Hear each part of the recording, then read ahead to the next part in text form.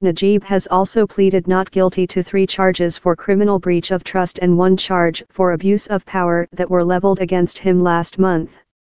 The money laundering charges relate to electronic transfers amounting to 42 million ringgit, $10 million, from SRC International, a former 1MDB unit, into Najib's personal bank account. The offense carries a penalty of up to 15 years in jail and a fine of not less than 5 times the value of the proceeds of any illegal transfers, or 5 million ringgit, whichever is higher.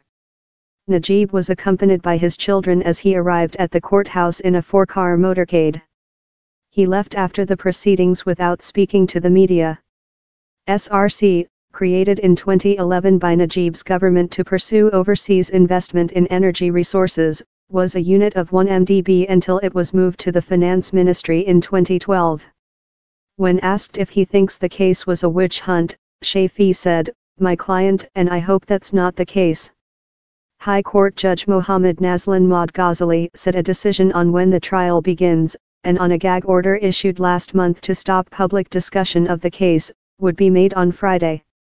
Probe reopened the scandal at 1MDB fully erupted in 2015 after media reports that hundreds of millions of dollars from 1MDB were diverted to his personal accounts. Najib has consistently denied any wrongdoing, maintaining that those funds were donations from a Saudi royal, and that the bulk of them had been given back.